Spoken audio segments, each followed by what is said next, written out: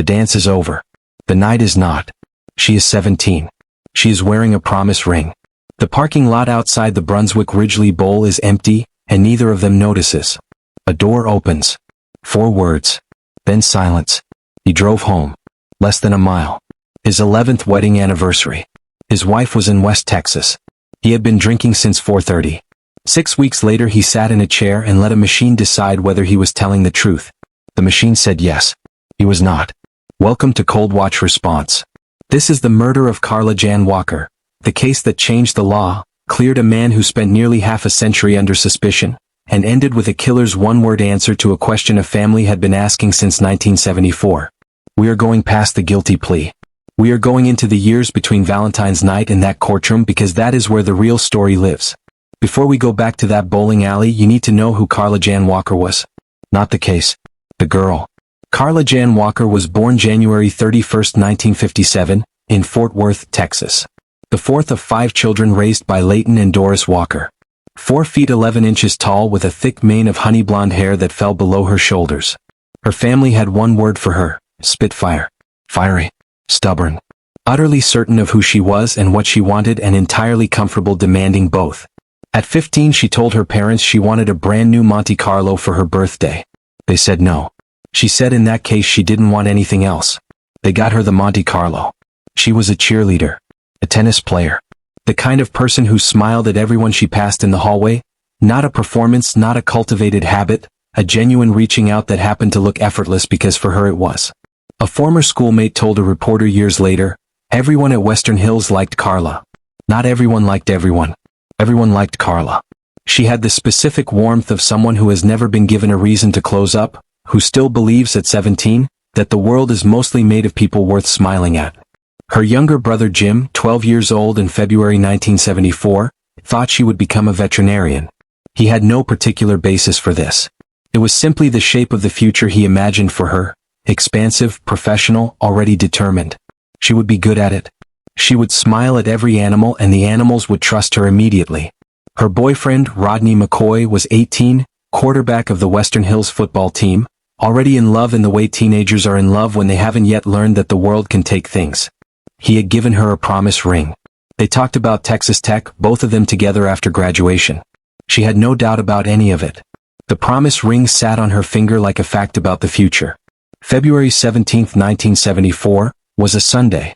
Valentine's Day had fallen on a Thursday that year, so Western Hills held the Valentine's dance on the closest weekend. Rodney borrowed his mother's Ford LTD, cleaned it up, and picked Carla up at the Walker house. The dance was everything a Valentine's dance in 1974 was supposed to be. Loud, close, the particular electricity of a room full of teenagers with nowhere to be and no reason to leave. Afterward, they were not ready for the night to end. They cruised the main boulevard the way Fort Worth teenagers did. Windows down, no particular destination. The slow drift of a Sunday evening that felt like it could go on as long as they wanted it to. I was having such a good time, Rodney said later. I didn't even care what time it was. The last stop was the Brunswick Ridgely Bowl, a neighborhood bowling alley, familiar and close. Carla needed to use the restroom before heading home. The parking lot was empty when they pulled in, and neither of them had any reason to notice that. Then the passenger door flew open. A man was standing outside with a gun leveled at Rodney's face. He threatened to kill him. Before Rodney could process what was happening, something struck him across the head and the world went dark. In the last moment before unconsciousness, he heard her voice. Rodney, go get my dad. Not a scream. Not panic. A direction. 4 words from a 17-year-old still trying to find a way out of something there was no way out of. Still thinking. Still fighting. Still, right up until the end of the last moment she had any agency over anything, trying to solve it. Then silence. He was alone outside the Brunswick Ridgely Bowl on Valentine's night, blood running down his face. Carla Walker was gone. Rodney came to around 1 in the morning. He drove straight to the Walker house and did not park. He drove up over the curb onto the front lawn and slammed the brakes. Inside, Leighton and Doris Walker were still awake, playing dominoes in the dining room with relatives. Jim, 12 years old, was in the living room watching television. Someone pounded on the front door. They opened it and found Rodney, blood soaking his face and shirt, barely coherent. He grabbed the door frame. Mr. Walker, they've got her. They're going to hurt her bad. Leighton Walker was a retired Air Force lieutenant colonel. He did not wait. He grabbed his pistol and drove to the Brunswick Ridgely Bowl in the dark. Doris picked up the rotary phone and called the police. There was no sign of Carla at the bowling alley. Only her purse on the ground near the car, and beside it, a .22 Ruger magazine clip that had fallen from the attacker's weapon during the struggle. Fort Worth PD took over the scene. Hospitals. Witnesses. Surrounding streets. Neighboring counties. Nothing. But the investigation in those first weeks was not nothing, precisely. It was thorough, persistent, and genuinely attempting to do something with what 1974 gave them. Detectives worked the .22 Ruger lead hard and fast, cross-referencing purchase records, running down every registered owner in the Fort Worth area, building out a list of men who fit the profile. The witness who had been in the lot that night gave a description pointing toward a white male, medium build. Investigators canvassed the area around the Brunswick Ridgely Bowl door to door. They checked sex offender registries, ran every prior violent offense on file in Tarrant County, and came up with dozens of names to pursue. Every one of them was investigated. Every one of them led somewhere and then stopped.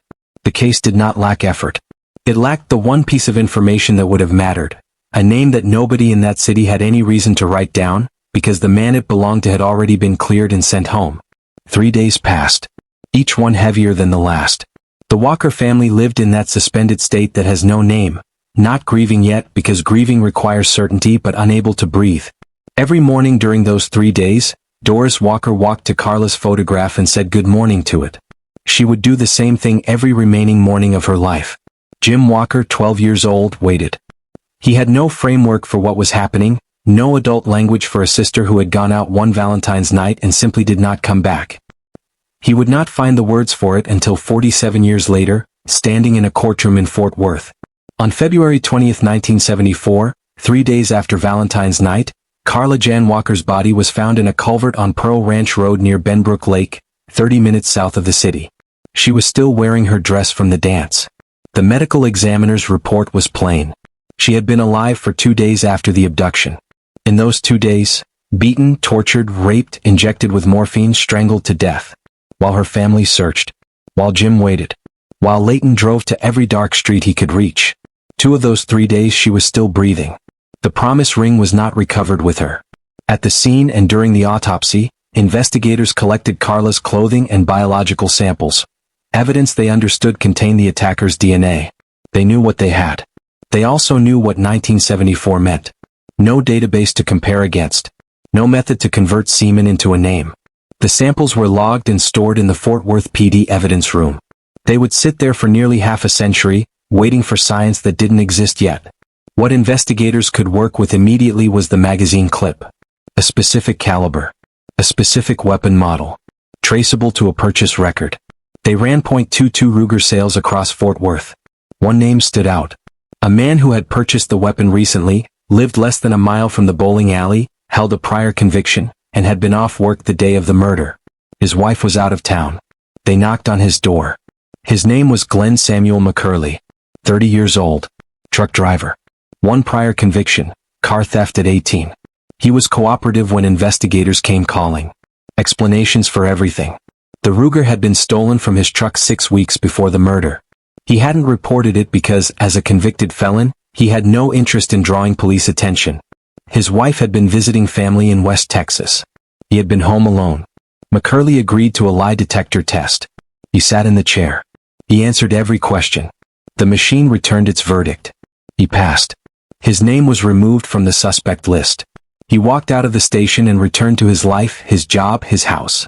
Less than a mile from the spot where he had left Carla Walker. What investigators did not know, February 17, 1974 was McCurley's 11th wedding anniversary. His wife and children were in West Texas. He had finished his shift at 4:30 in the afternoon and had been drinking since then, whiskey and beer for hours, before driving around Fort Worth after dark on Valentine's night. He was not a man who happened to be in the wrong place.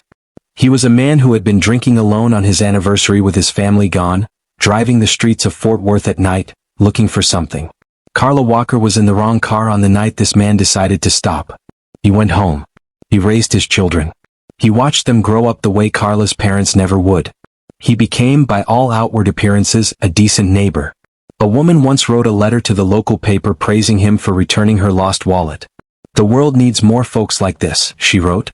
The The polygraph machine had said he was honest. The world believed it. He was in Fort Worth in 1974, when Leighton Walker started making calls to the station. He was in Fort Worth in 1975, when the case file was still active and investigators were still working leads that went nowhere. He was in Fort Worth through the late 70s and the 80s, when the detectives who had first worked the case retired or transferred and a new generation inherited the file and reached the same dead end. He was in Fort Worth in 1990, in 2000 and 2010. Driving the same streets. Eating at the same diners. Probably, given the math of a city that size, passing Leighton and Doris Walker in traffic on the same roads their daughter had been driven down on Valentine's night. He grew old in the same city where a Valentine's night remained permanently, irreversibly unfinished. Leighton Walker never stopped pushing. A retired Air Force officer confronted with the one problem that would not resolve. He and Doris lived with an open case and Carla's portrait on the wall. Jim Walker grew from a 12-year-old boy into a man carrying what he later described as silent anger, rage at not knowing who, not knowing why, not knowing what Valentine's night had really been. He cooperated with every reporter who called and every investigator who knocked. He worked with persistence because persistence was all he had. Leighton died without hearing the name Glenn Samuel McCurley. Doris died without it too. Neither of them knew that the man who killed their daughter had never left Fort Worth, had likely passed them in traffic across all those years. Jim buried both parents without an answer. Rodney McCoy could not stay in the city. He moved to Alaska, far enough, cold enough, different enough that nothing reminded him of Fort Worth or Valentine's night or parking lots in the dark. He built a life there. Married. Had children. Became, by all outward appearances, someone who had moved on. He carried forwards through all of it. He also carried something else. For decades, an unspoken shadow hung over the last person who had seen Carla Walker alive. No charges were ever filed against Rodney. No one in official capacity accused him directly. But suspicion does not require charges to function. It functions through silence, through the way a conversation stops when you walk into a room, through the particular weight of being the boyfriend who survived while the girl he loved did not. He spent those years living under a cloud he hadn't asked for, carrying the last words of a girl who had been trying to save both of them when she said them. Leighton Walker kept pushing. A retired Air Force officer confronted with the one problem a military career had not prepared him for.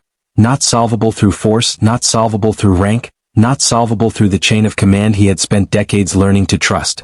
He and Doris lived with an open case and Carla's portrait on the wall and a rotary phone that never rang with the right call. Jim Walker grew from a 12-year-old boy into a man carrying what he later called silent anger, rage at not knowing who, not knowing why, not knowing what Valentine's night had really been. He gave every interview. He returned every phone call. He spoke publicly about Carla whenever someone would listen. He worked with persistence because persistence was the only tool left. Leighton died without hearing the name Glenn Samuel McCurley. Doris died without it too. Neither of them knew that the man who had killed their daughter had never left Fort Worth, had likely passed them in traffic across those decades, had grown old in the same city, living less than a mile from where everything ended. Jim buried both parents without an answer. In April 2019, Fort Worth PD discovered an anonymous letter buried in the original case files, written in 1974 and never followed up on. It read, "Kill Carla Walker in Benbrook." Signed not with a name but with a sequence of binary numbers. Police posted it publicly for the first time in 45 years, hoping someone would recognize the handwriting. Jim Walker responded as he always had to any new development. "I feel the hand of God in this. This will be solved." The letter attracted attention. That attention reached the right person. In April 2020, the Oxygen Network aired an episode of The DNA of Murder with Paul Holes, a seasoned cold case investigator who had helped bring down the Golden State Killer 2 years earlier. The episode covered Carla's case. After it aired, Holes connected Fort Worth PD detectives Jeff Bennett and Leah Wagner with Othram, a private forensic DNA laboratory in the Woodlands, Texas, built specifically to work with degraded biological evidence that conventional labs could not process. Othram was founded in 2018 by Kristen and David Middleman specifically to solve what its founders called the tractability problem in forensic DNA. The reality that most cold case evidence contains too little biological material, too degraded by time, for standard laboratory methods to read. They built new methods from the ground up, borrowing genome sequencing technology developed for biomedical research and applying it to criminal evidence. Their stated mission: make every case tractable. The Oxygen Network funded the testing. Total cost $15,000. That is the dollar amount that separated the Walker family from a 46-year answer. Not a government fund. Not a justice system mechanism. A television network's production budget. What the broadcast did not say, previous labs had nearly consumed what remained. Cody's had found nothing. A Texas genealogy lab had found nothing. Each attempt had used a portion of the sample. By the time the evidence reached Othram, there was barely enough left for one final analysis. This was the last shot. Using genome sequencing technology developed for biomedical research, Othram rebuilt a complete DNA profile from what the previous labs had left behind. They uploaded it to GeneMatch, a public genealogy database containing DNA voluntarily submitted by millions of Americans, most of them searching for long-lost relatives, none of them knowing their family trees might one day reach back to a bowling alley in Fort Worth on a Valentine's night in 1974. On the morning of July 4, 2020, Othram CEO David Middleman called Detective Jeff Bennett. "We've connected the DNA to a particular family tree," he said. "The last name is McCurley." Bennett reached for his binder, the running record of every lead, every dead end, every name that had surfaced and faded across years of working the Walker case. He found the entry. He took a breath. He asked, "Is there anyone in that family named Glenn Samuel McCurley?" Middleman said he would check. He hung up. He called back. There was Glenn Samuel McCurley Jr. Fort Worth. Present at the time of the killing. The same truck driver who had told police in 1974 that his Ruger .22 had been stolen. Bennett said later the room felt different after that call. "I felt like I was hearing something that detectives had wanted to hear for the past 46 years. The right suspect from 1974, cleared because a machine took his word for it, had just been found by a machine that did not. Genealogy alone was not enough to make an arrest. Investigators needed biological confirmation directly from McCurley. In July 2020, they collected his rubbish, bags left on the public street for collection. Rubbish on a public street carries no legal privacy protection. It went to the laboratory. The DNA from McCurley's rubbish matched the DNA from Carla's clothing. Investigators then approached McCurley and asked him to voluntarily provide a cheek swab. He agreed. The swab matched the rubbish. The swab matched Carla's clothing. 3 independent samples. 1 person. The probability that the biological material on Carla's clothing belonged to someone other than Glenn McCurley.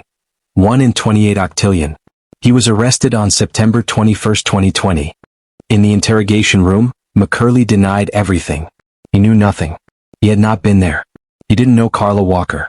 He had never been near the Brunswick Ridgely Bowl that night. Detective Wagner pushed, "Only the truth, but right now you're not giving me the truth." He held the denial. "I did not kill anybody." "Wagner, then what did you do?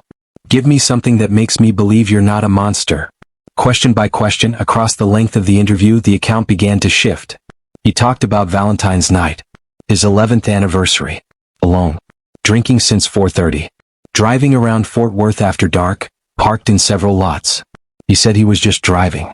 He had heard a girl screaming in a nearby car. He said he went over to help. He said the girl started hugging him. He said one thing led to another. He said he let her out afterward. He said he didn't remember much from there. Then the confession. "I did do it, I guess." 5 words. 46 years in the making. Delivered with the casualness of a man admitting to a minor inconvenience. His stated reason for not releasing her. He was afraid she would report him. Not remorse. Not horror at what he had done to a 17-year-old girl on a Valentine's night who had been trying to get home. A calculation. A cost-benefit analysis run in real time on a dark road outside Fort Worth in 1974. Releasing her was inconvenient. So he did not release her. When investigators searched McCurley's home, they found what he had claimed 46 years earlier had been stolen. The Ruger .22 was inside the house. Not stolen. Not discarded. Not thrown into a river or buried in a field somewhere between Fort Worth and Benbrook Lake. Hidden there. In the same house. Through the entire 1974 investigation, through the lie detector test, through the deaths of Carla's parents, through Jim Walker's 46 years of silent rage and persistent calling, the gun had sat in that house. The machine had said he was honest. The gun said otherwise. McCurley's trial opened in August 2021. He had pleaded not guilty. His defense argued the DNA evidence was flawed and the confession coerced. They described him as elderly and ill with cancer, a man who posed no threat, whose long ordinary life since 1974 was itself evidence of something. Prosecutors sought life in prison rather than the death penalty, citing McCurley's age and health. Jury selection took a full day. Testimony ran through 2 more. On the morning of the 3rd day, Judge Elizabeth Beach announced she had received documents in which Glenn Samuel McCurley confessed to the abduction and murder of Carla Jan Walker and wished to change his plea. She asked him, on the record in a Fort Worth courtroom 47 years after a Valentine's dance at Western Hills High School, whether he understood that signing those documents meant surrendering his right to a jury verdict. One word: guilty. Carla's older sister, Cindy Stone, stood during the victim impact statement and spoke directly at McCurley, the man who had been their neighbor for 46 years without any of them knowing it. She did not use notes. You had choices. So many choices that night. You went out to kill someone. You had a gun. You had alcohol. I want to know if you did this to anyone else. Those families need to know. You have nothing left to lose. He looked at the floor. Rodney McCoy said, "He hung a cloud of suspicion on me for all those years. That's torment. It's torment to live that." For 46 years Rodney had carried not just 4 words but the shapeless accusation that attaches to the person who walks away. In that courtroom in front of a guilty plea the cloud lifted. The DNA that found McCurley also finally cleared Rodney, not just legally but publicly, permanently, in a way that a lifetime of proclamations never quite achieves. Jim Walker said one sentence, "A lot of healing happened in that courtroom. Not just for me and my family but for the whole community." Then he said this to the man who had killed his sister, "We're praying for you. We don't hate you." Judge Beach sentenced Glenn Samuel McCurley to life in prison without the possibility of parole. Afterward, McCurley told reporters why he had changed his plea on day 3 of his own murder trial. Not guilt. Not remorse. Not Cindy Stone's words. "I've suffered enough. 47 years free. 2 days of trial." That was his accounting. That was the man who killed Carla Walker. Glenn Samuel McCurley died in July 2023 at Telford Unit in Bowie County, Texas. He was 80 years old. He had spent 47 years free and less than 2 years in a cell, which is its own kind of accounting, its own statement about what the system delivered. Detectives Bennett and Wagner had pressed him repeatedly on other unsolved murders. Young women, Fort Worth, the 1970s and 1980s. They considered him a person of interest in at least 3 additional killings. He denied every one. Cindy Stone had already asked the question from 3 feet away, looking directly at him during the victim impact statement. He gave her nothing. Whatever he knew about those other families, he took it with him into a Texas prison and never gave it back. This case resolved the way it did because a cable network wrote a check for $15,000. Not because a government fund existed. Not because the justice system found a mechanism for it. Because a television producer decided this particular story was worth the cost of 1 episode's budget. The Carla Walker Act, federal legislation that would create dedicated funding so law enforcement can access advanced DNA technology without depending on local budgets or media interest, was introduced to Congress in December 2022. Its logic is simple. The technology that found Glenn Samuel McCurley should not require a television deal to exist. It should be available to every detective in every cold case unit in the country, without having to find a network willing to fund the test. Fort Worth's cold case unit alone carries close to 1,000 unsolved murders. The oldest dates to 1959. Each one of those files is somebody's Jim Walker, still calling, still waiting, still carrying the weight of a night that ended without an answer, hoping that somewhere in an evidence room a piece of clothing has been preserved long enough for the science to catch up to it. Still hoping that a detective somewhere holds a binder and recognizes a name on a summer morning and feels the room change around him. This case also made legal history. The forensic genetic genealogy method used by Othram survived a Daubert hearing, the American legal standard for scientific admissibility in court. It was among the first times this technique had cleared that threshold in a capital murder case. The precedent has since helped investigators reach across decades in cold cases across the country, and it exists partly because a Fort Worth detective held a binder full of 46-year-old dead ends and recognized a name on the 4th of July, a holiday that for the Walker family now means something entirely different than it did before that morning. Valentine's night, 1974. A promise ring. A dance that was everything it was supposed to be. A parking lot that was empty when they pulled in, and that nobody had any reason to notice was empty. Carla Jan Walker said 4 words and was gone. For 46 years, those words lived in a man who moved to Alaska to get far enough away from the scene that his whole body did not remember it every time he drove past. For 46 years, They lived in a 12-year-old boy who grew into a man and stood in a courtroom and prayed for the person who had taken his sister and meant every word of it. For 46 years, they lived in a mother who said good morning to a photograph every single day of her remaining life, who carried a Valentine's night that refused to close through every remaining morning she had. The promise ring was never found. What Valentine's night was supposed to mean? Texas Tech, the future, Rodney and Carla together, a whole life built on the other side of graduation. Never happened. A man who drank alone on his anniversary and drove the streets of Fort Worth after dark on Valentine's night, looking for something, made sure of that. Then he went home and lived less than a mile away for the rest of his ordinary, unremarkable life in a city that never knew what it was living next to. He returned a woman's wallet and she wrote to the newspaper about it. He raised his children. He grew old in a working-class neighborhood in far west Fort Worth, less than a mile from the Brunswick Ridgely Bowl, less than a mile from the house where Leighton and Doris Walker lived with a portrait on the wall and an open case file. The polygraph machine had said he was honest. The gun in the house said otherwise. The DNA on a Valentine's dress, preserved in an evidence room for nearly half a century by people who understood that science would someday catch up to what they had collected, said otherwise. A detective holding a binder full of dead ends on the 4th of July, recognizing a name he already knew, said otherwise.